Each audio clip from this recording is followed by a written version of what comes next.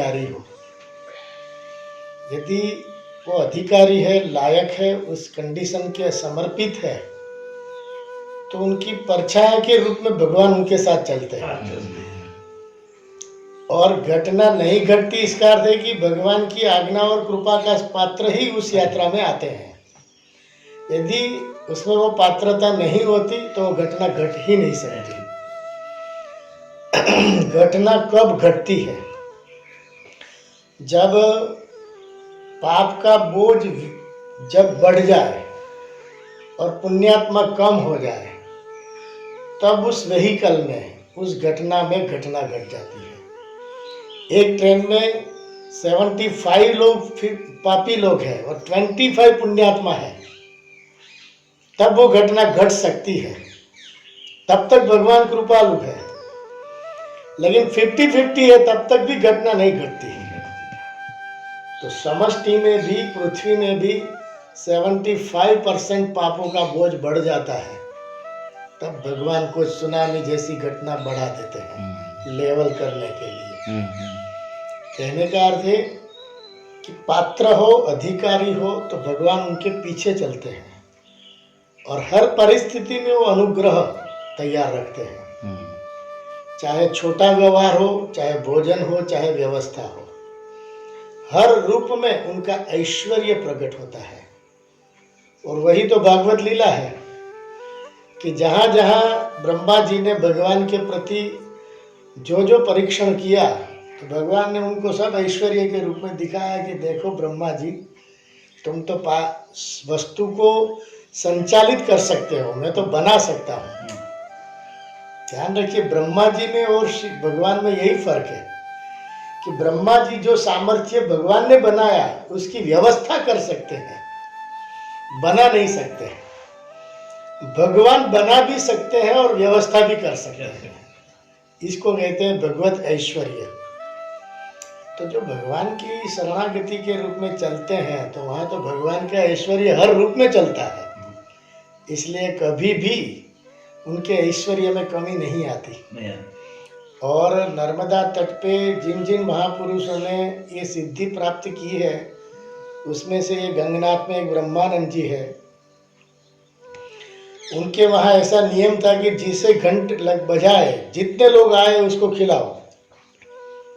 तो उस दिन 500 आदमी का मालपुआ बनाया था और दूध पाक इत्यादि था। तो 5000 लोग आ गए, क्योंकि 200 खाना खा के गए। उसने कहा कि यार क्या खाना था? तो उसने कहा मालपुआ था। तो कह रहे तो हम भी चलते हैं। ऐसा करते करते 5000 लोग हो गए। अब महाराज श्री अंदर मंदिर के पीछे कमरा था, उसमें बैठे थे। उसने कहा बाबा जी, आप तो भगवान आज परीक्षा ले रहे हैं, क्या किया जाए? तो उसने कहा कुछ नहीं होगा, लाओ ये उपवस्त्र लेके जाओ, नर्मदा जी में भिगो और मालपुआ के ऊपर बिछा दो और परोसते रहो। 5000 लोगों ने पा लिया, तब भी इतना ही बचा हुआ था। ये जीवंत सत्य। और कितनी बार कहते हैं कि कभी लाडू में तकलीफ हुई, कभी लापसी में तकलीफ हुई, कभी हलवा बनाने में तकलीफ हुई। महाराज जी अभी भी वो गोरी बोलते हैं उसको, बड़ा हांडा, वो स्वयं लकड़ी के दोनों ओर श्रवण की तरफ बांध के नर्मदा जी में जाके मंत्र बोल करके ले आते थे। जाओ ये घी तैयार है, बनाओ लापसी। तो क्या बाबा आप घी तो ले आए, लेकिन वो लापसी फाड़ा का क्या करेंगे? तो कि कब से तो मैं लाके रखा हूँ, जाओ अंदर कोठार में तो देखो। कोठार में वो लापसी फाड़ा भी तैयार हो जाता है। ये जीवंत सत्य उन्होंने अपने आचरण में दिखाया। और उसके कान में माता जी ने क्या ऐश्वर्य रखा था कि यहाँ कान रखते थे तो बरकाल में अंग्रेजों का घोड़ा आता था तो उनको सुनाई देता था। ऐसा सेंसिटिव सामर्थ्य भगवान ने उनको दिया था। ब्रह्मानंद जी जैसे ऐसे महापुरुष कितने हुए। उसमें से ये गणेशानंद जी को भी कहते थे कि जब रंग अवधूत बाबा नारेश्वर से गरुड़ेश्वर पैदल जाते थे और नाव में सब परिक्रमावासी का सामान लेकर चलते थे, वो नाव अभी भी है। तो रास्ते में सभी साधक को, परिक्रमावासी को अन्नदान करते थे और स्वयं गुरु मंत्र करते हुए गरुड़ेश्वर से नारेश्वर से गरुड़ेश्वर चलते थे। वासुदेवानंद सरस्वती को बार बार वो पूछते थे कि पूनम के दिन इनका कोई काम नहीं है, क्यों उनको इतने दूर से बुलाते हो? तो उन्होंने कहा, गुरु और शिष्य का मिलन में कोई काम नहीं होता, राम होता है। ये वासुदेवानंद जी ने समष्टि को जवाब दिया। दूसरा जवाब दिया कि गुरु और शिष्य का जो ऐक्य है उसमें अनुग्रह का प्रवाह होता है, और वो जब तुम शिष्य बनोगे तब पता चलेगा। और वो अनुग्रह का प्रवाह जब तुमने देखा ही नहीं है तो तुम्हें क्या मालूम कि वो यहाँ से क्या लेके जाता है और क्या देके जाता है। तो किसी ने, गवार था, उसने पूछा ऐसे खड़े होकर कि वो क्या देके जाता है और क्या लेके जाता है। तो उन्होंने बहुत बढ़िया जवाब दिया, अहंकार देके जाता है, आत्मविश्वास लेके जाता है। अब वो क्या समझेगा? फिर बताया, समर्पण देके जाता है, अभिमान छोड़ के जाता है।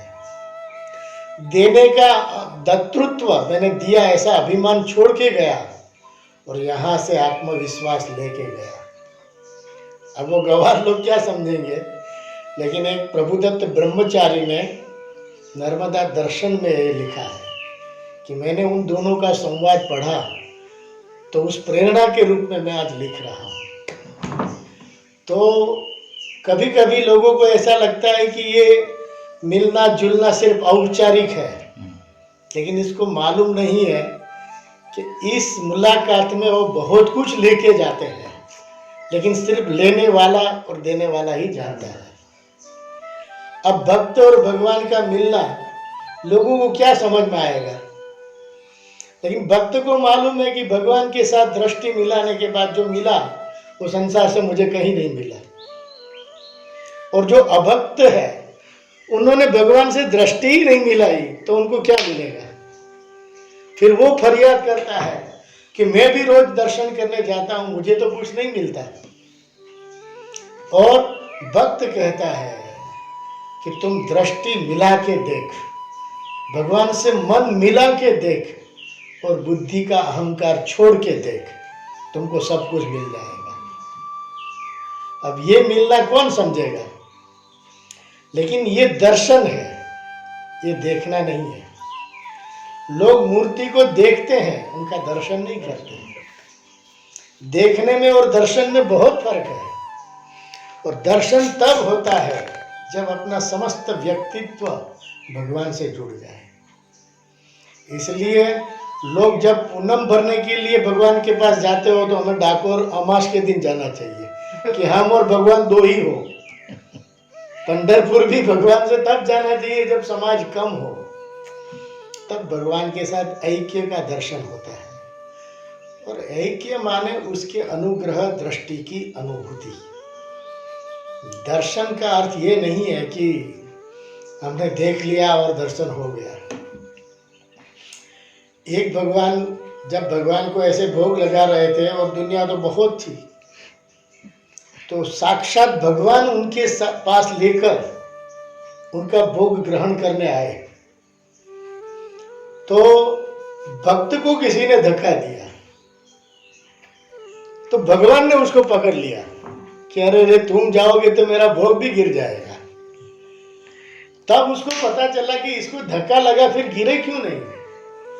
तो कि तुमने धक्का दिया, लेकिन बचाने वाले मेरे 1000 हाथ वाले थे जिन्होंने भोग और भोक्ता को बचा लिया और भोक्तृत्व भगवान ने ग्रहण कर लिया।